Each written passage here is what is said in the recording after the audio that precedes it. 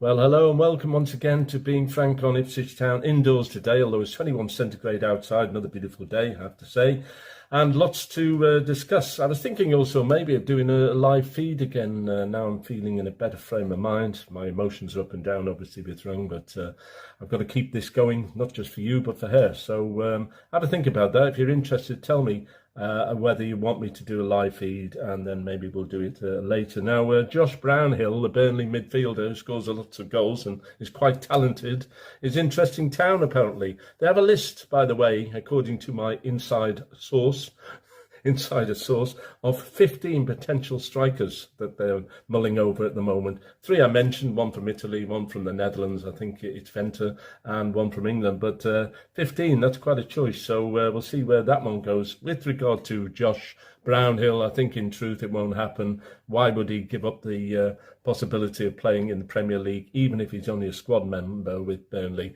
But he scored a fair few goals last season. He would be a good addition without a shadow of a doubt, but I can't really see it happening. Now, Omari Hutchinson played for the England under-21s, his 6th cap. He came on as a substitute.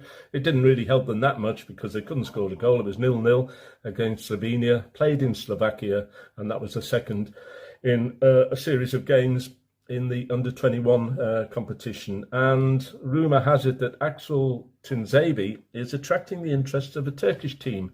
I always struggle with the name of this Turkish side. Trabzonspor, I think you pronounce it, Trabzonspor. He's out of contract. He's 29, as we know. And somebody else who's out of contract is Cam Burgess, and he's moved to Swansea. He's also 29, funnily enough. And I'm sorry to see him go. I liked Cam Burgess. I think he was arguably our best defender. So I was a bit dumbfounded that he couldn't, or Ipswich couldn't assure him of a first-team spot. I think, personally, he's better than Jacob Greaves. Jacob Greaves has a lot to learn. He's quite a bit younger. But in my opinion, it's a real disappointment to see him go and to another championship club. That wasn't expected, and I'm not too sure why Ipswich allowed it to happen, but it has.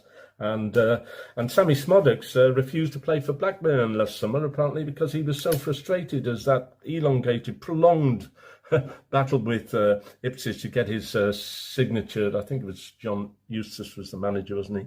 And he just refused to play for them. So yeah, that's worth thinking about. Was it a good move, a bad move, an indifferent move on his part? Certainly from Ipswich's point of view, they tried so hard to sign him and he was getting nowhere. I can sort of sense his frustration. Okay, we'll wrap it up here for now. Thanks for tuning in as always, and what we say, up a town.